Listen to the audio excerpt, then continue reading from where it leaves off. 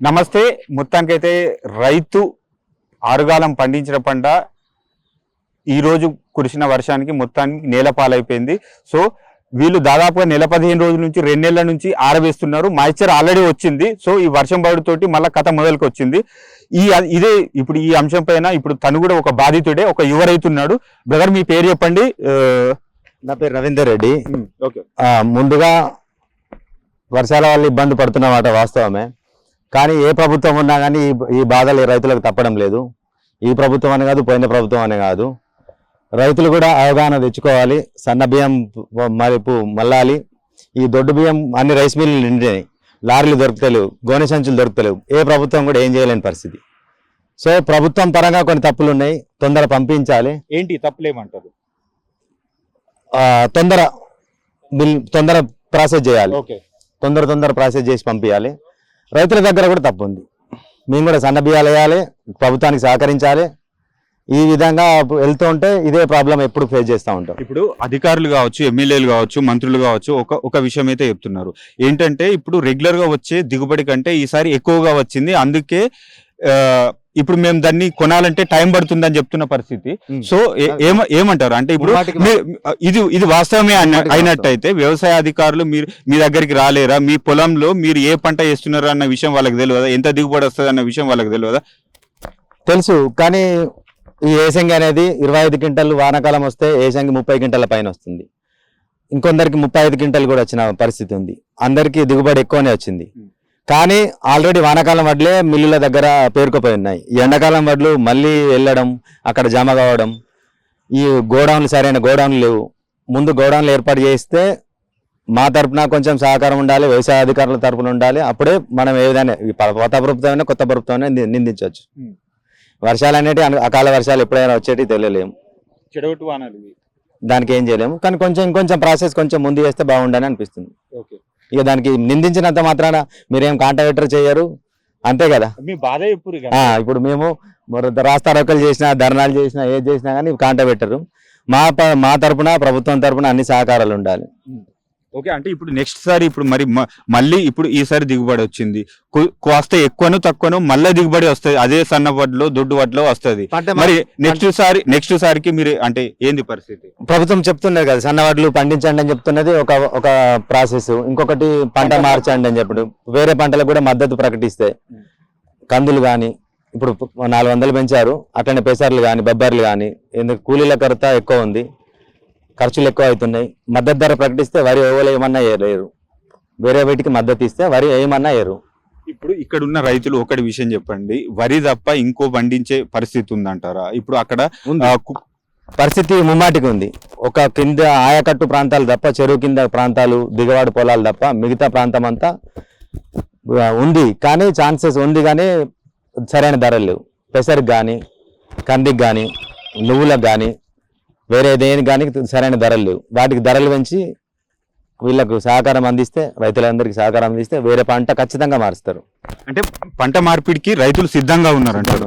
రైతులు రేటు ఇచ్చిన తర్వాత మద్దతు ధర ఇస్తే మారుతారు. ఎందుకంటే ఇప్పుడు కలుపు తీయాలని అంటే చాలా శ్రమతో కూడుకునేది, ఖర్చుతో కూడుకునేది. ఒక పెసర పంట దొరకట్లేదు, ఆ రేట్లు పెరిగినాయి. అందుకనే వాటి పరంగా మీరు ఏమన్నా చేయగలిగితే, ఇప్పుడు ఫర్ ఎగ్జాంపుల్ మనకు కట్టించే కందులు 60 రూపాయలు 70 రూపాయలు మొన్న కట్టించారు. ఈ రోజు కందిపప్పు 150 రూపాయలు ఉంది. అది రైతుకు అందజేయగలిగితే ఖచ్చితంగా పంట మీరు అద్దన్నా కానీ మారుతారు. వరి మాత్రం వేయరు, వేరే వీటికి మద్దతు ఇస్తే. సో అంటే ఇప్పుడు టెక్నాలజీ కూడా వచ్చింది, ఆధునిక వ్యవసాయం, డ్రోన్ల పద్ధతిలో వ్యవసాయం చేస్తున్నారు. సో దానిలో ఈ పంట మార్పిడికి మీకు లాభం అయ్యే అవకాశాలు ఉన్నాయంటారు? మార్పిడి లాభం అవకాశాలు ఉన్నాయి, 100% అవకాశాలు ఉన్నాయి. సో మొత్తానికి ఈ పరిస్థితుల్లో ప్రభుత్వానికి ఏం చెప్పాలనుకుంటున్నారు? ప్రభుత్వానికి ఖచ్చితంగా ఇప్పుడు సన్న బియ్యం అంటున్నారు కదా, ముందేదో చెప్పండి. ఖచ్చితంగా రైతులకు మొత్తం 100% చెప్పండి. అధికారులతో ఏవోలతో చెప్పి పంపించండి. తర్వాత మీరు ఇబ్బంది పడతారు, ఇలాంటి పరిస్థితి వస్తుందని ముందే చెప్తే, ఖచ్చితంగా చెప్తే, కరాఖండిగా చెప్తే మేము కూడా వేరే పంటల సైడ్ మారుతాం. అదేవిధంగా ప్రోత్సాహకాలు ఇవ్వండి, చెప్పడమే కాదు ప్రోత్సాహకాలు కూడా ఇవ్వండి.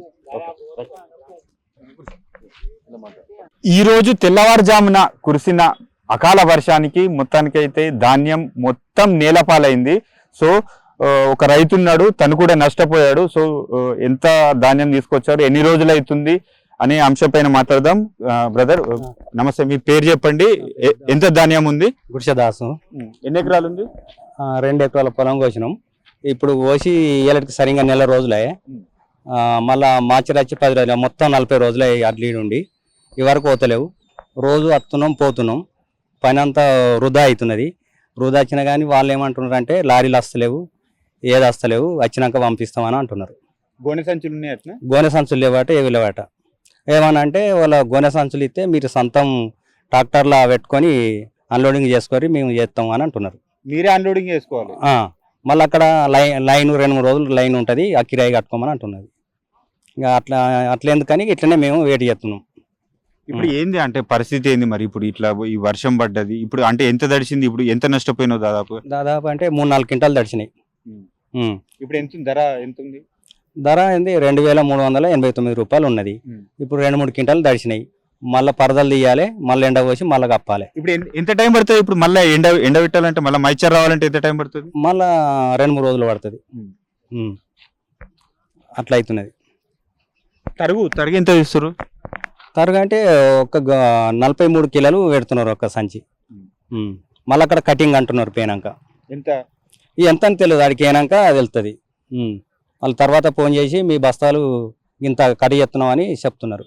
ఇప్పుడు ప్రభుత్వం తడిసిన ధాన్యం కూడా కొంటా అంటారు, మరి ఇప్పుడు కొనే పరిస్థితి ఉందంటారా అదే ధరకు? అట్లా అంటున్నారు కానీ మళ్ళీ ఆడికి అయినాక వాళ్ళు చేసేది చెప్తున్నారు. అట్లా. సో అంటే గవర్నమెంట్కి ఏం చెప్పాలనుకుంటున్నారు? గవర్నమెంట్కు తొందరగా కొనాలని మేము వినతి చేస్తున్నాం. ఇమీడియట్ గా కొనాలి. ఇక మళ్ళా పనులు ఉంటాయి కదా, మళ్ళీ ఐటీ మునింది కదా. ఇప్పుడు మరి రోహిణి కార్తె చాలా అయింది కదా, దున్నుడు కూడా చాలా అవుతుంది కదా ఇప్పుడు. మరి ఇప్పుడు ఇంకా ఇవి అమ్ముడే పోలేవు, ఎట్లా పరిస్థితి? ఎప్పుడు దున్నుడు చాలా ఎత్తురు మీరు?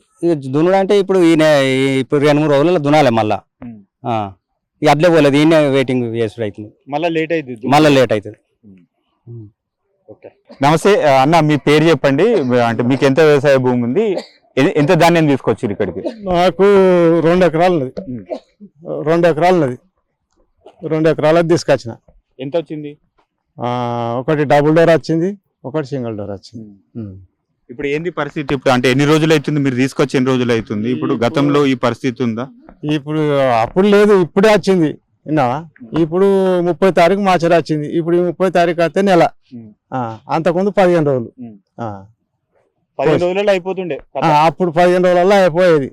కానీ ఇప్పుడు అసలు ఇప్పుడు నెల 100 దేశాలు అవుతుంది ఈ 30 తారీఖు వస్తే. మరి ఇంత టైం ఎందుకు పడుతుంది అంటారు? సంచులు లేవంటారా, లారీలు లేవా, లేకపోతే హమాలీ లేరా? లారీలు లేవంటారు, లారీలు వస్తలేవు, మామూలు ఏం చేయమంటావు అంటారు. ఎట్లా అంటే ఇప్పుడు ధాన్యం తడిసిందా మీది? కొద్దిగా మెత్తపడ్డాయి. ఇప్పుడు అదే ధర కొంటుర్రా మరి? వాళ్ళు చూడలేక అదే ధరకు కొంటారా, అది ఎట్లా అన్నది తెలియదు. ఇక కొద్దిగా అంతా సంచులు మెత్తపడ్డాయి. నిన్న పొద్దుకి సాయంత్రం కాంట పెట్టి. మీదేనా?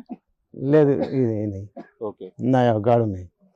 మీది వచ్చిందా? ఇప్పుడు సీరియల్ నెంబర్ వచ్చిందా మరి? వచ్చింది. కాంట అయినాయి, ఇవాళ అయిపోతుంది. అయిపోయినాయి కాంట. పొద్దుకి 9 జోకిర్రు, ఇక లారీ వస్తే తీసుకుపోవడం. అంటే ఇప్పుడు ఒకసారి ఒక రైతుది కాంట అయిన తర్వాత ఇప్పుడు రైస్ మిల్లుకు చేరే వరకు కూడా మీదే బాధ్యత ఉంటుందా, ఎట్లా అన్నట్టు?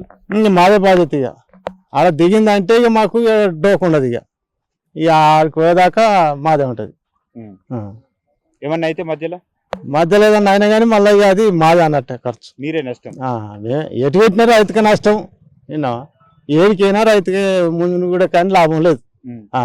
ధరల కడ కానీ అన్నిటకు. ఇప్పుడు మరి ఈ వరి ఎక్కువ దిగుబడి వచ్చింది కదా, ఈసారి వరి వేసిర్రు, ఎక్కువ దిగుబడి వచ్చింది, పంట మార్పిడి చేసుకోవాలి, వేరే పంటలు వేయాలని గవర్నమెంట్ చెప్తుంది. సో మరి మీరు వేసే పరిస్థితి ఉందా? ఇక్కడ రైతులు ఏమంటారు, మీ తోటి రైతులు? ఇక గదే ఇప్పుడు సన్నపట్టు పెట్టాలంటారు. ఇక సన్నపట్టు పెట్టింది దొడ్డట్లే. ఇప్పుడు ఎందుకంటే దొడ్డు రకం ఎక్కువ సెల్ అయితే లేదు, సన్నపట్టు పెట్టుర్రి అది అని అంటారు, బోనస్ ఇస్తాం అంటారు, అది అంటారు కానీ అది ఇచ్చేది ఏందో చచ్చేది ఏందో. ఇక పెట్టాలన్నప్పుడు పెట్టాలి. ఇక మరి ఏం చేద్దాం, సన్నపాటు కూడా ఒకసారి పెట్టి చూడాలి. మళ్ళీ వడ్లే ఎత్తారు, మళ్ళీ వడ్లే. ఇక మరి పొలం అంతా పొలం అన్నప్పుడు ఇక దాంట్లో ఇప్పుడు మళ్ళీ వడ్డీ ఎడగొట్టి మళ్ళీ ఏమన్నా వేరే ఇతరం ఏదన్నా వండదన్న పొలానికి తప్పించి గట్లా. ఇక పండితే మక్కనే, మక్క పంటనే పడుతుంది కానీ అందులో ఇక వేరే చేయరాదు. కోతులు పెడుతున్నట్టు మళ్ళీ కోతులు బాగా ఆ బాధకు ఇప్పుడు పొలాలు వచ్చి కట్టుకొని పొలాలు చేసుకుంటే ఈ పరిస్థితి మాకు అట్లా. సో అంటే ప్రభుత్వానికి ఏమైనా చెప్పాలనుకుంటారా మీరు? ఇక అది మనకి ఏం చెప్పగలుగుతాం కదా దానికి ఏం చెప్పగలుగుతాం. టైం టు టైం కొనాలి. ఇక గది ఇక టైం టు టైం కొనాలని చెప్పంటే ఇక గది వాళ్ళని మేము అనడు వాళ్ళు ఆ విషయాలు అనడు. లారీలు రాని మేము ఏం చేయమంటావు, లారీలు వచ్చినాక మేము పెట్టామా, మేము వెంటనే పంపించామా అని వాళ్ళు అట్లా.